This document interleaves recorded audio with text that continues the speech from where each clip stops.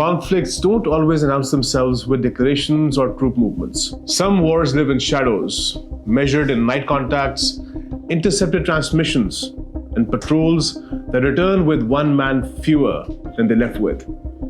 On Pakistan's western frontier, the fight today is not about territory or changing hands.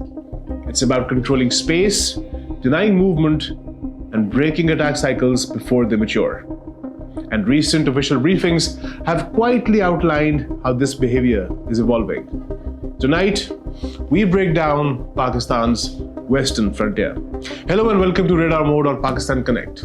My name is Qasim, and tonight's episode is a ground-level military analysis of the situation along Pakistan's western border.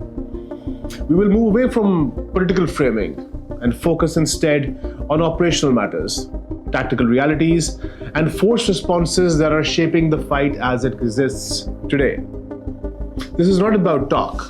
This is about terrain, timing, and the math of counter-insurgency. Pakistan's western border runs for about 2,600 kilometers through some of the most unforgiving terrain in South Asia. High mountain ranges, narrow passes, deep nalas, and limited road networks define this frontier. Over the past few years, extensive fencing, new forts, and permanent border posts have altered movement dynamics significantly. Random crossings have declined sharply. What remains is more complex and far more dangerous. The threat has compressed into small, disciplined units that exploit terrain and timing rather than numbers. Typical infiltration groups now move in packets of 5 to 10 fighters, lightly equipped, operating primarily at night and avoiding prolonged contact. This is not mass movement. This is stealth infiltration designed to test reactions, probe gaps, and withdraw quickly if fixed. The pattern of attacks inside Pakistan reveals a clear tactical shift. Large urban attacks have been replaced by targeted strikes against border posts, patrols, convoys, and isolated checkpoints. These engagements indicate prior surveillance and familiarity with unit routines. In several cases, attackers infiltrated using improvised explosive devices or standoff fire, followed by a close assault, a sequence consistent with structured training. Weapons recovered after these encounters include modern assault rifles, thermal sights, night vision goggles, and encrypted communications equipment. This level of capability points to sustained logistical access and organized tasking, not improvised militancy.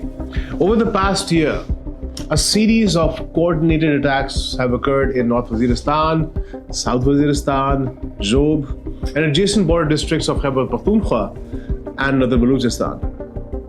These incidents followed a recognizable cycle: reconnaissance, infiltration under darkness, terrain masking, and layered attacks using improvised explosive devices, suicide vests, and small arms fire. Pakistan's response unfolded in phases.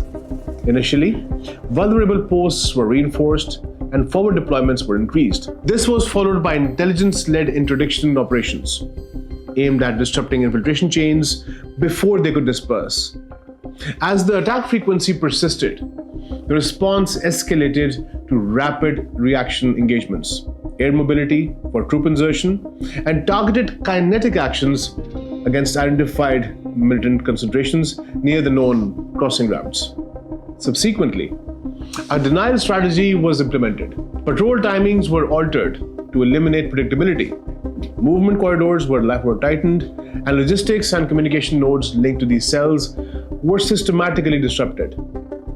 This progression from reinforcement to interdiction to targeted neutralization reflects a deliberate operational ladder rather than reactive firefighting. From particularly a military standpoint, insurgent effectiveness depends heavily on access to uncontested rear posts.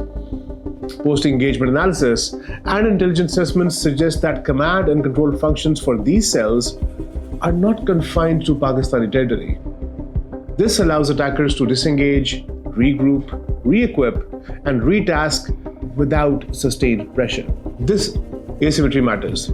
Pakistani forces operate under continuous contact conditions, while the attackers benefit from recovery cycles and planning depth.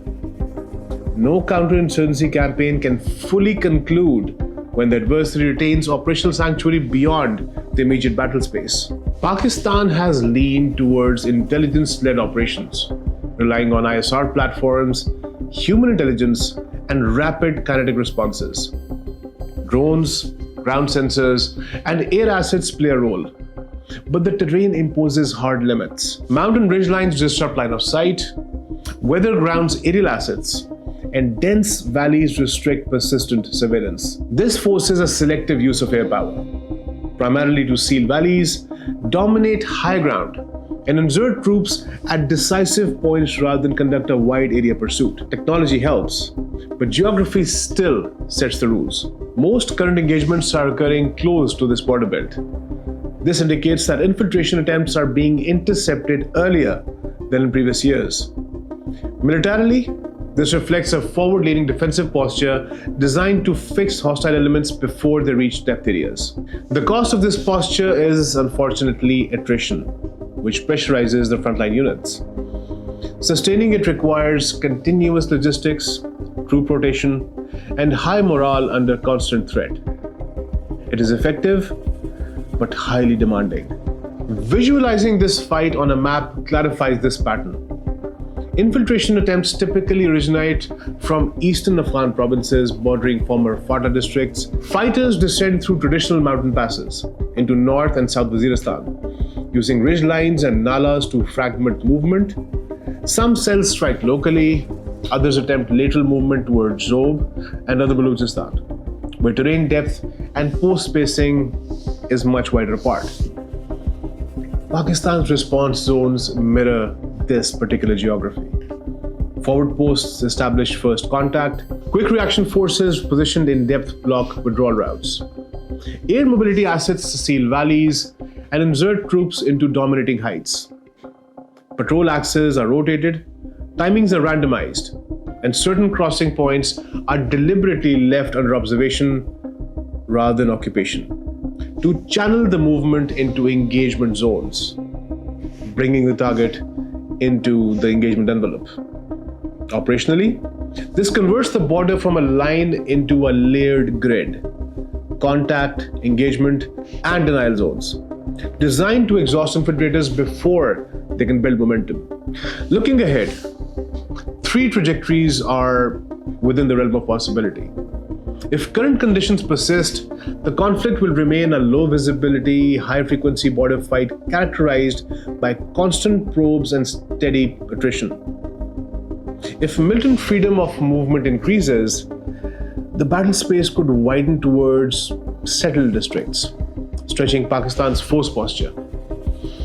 The most stabilizing outcome depends on sustained disruptions of staging areas and command nodes.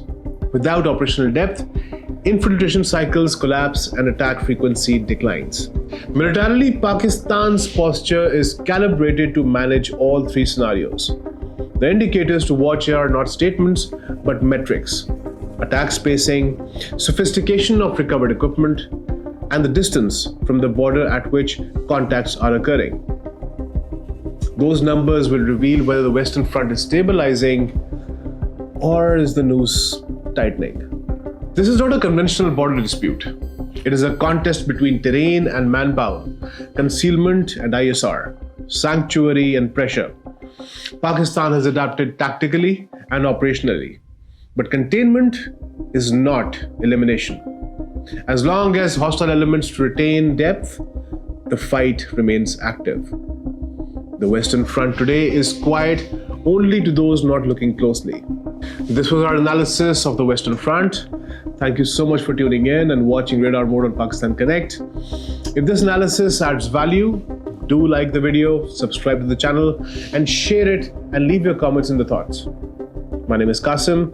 Until next time, stay informed, stay alert, and keep your radar mode on. I'll see you next week.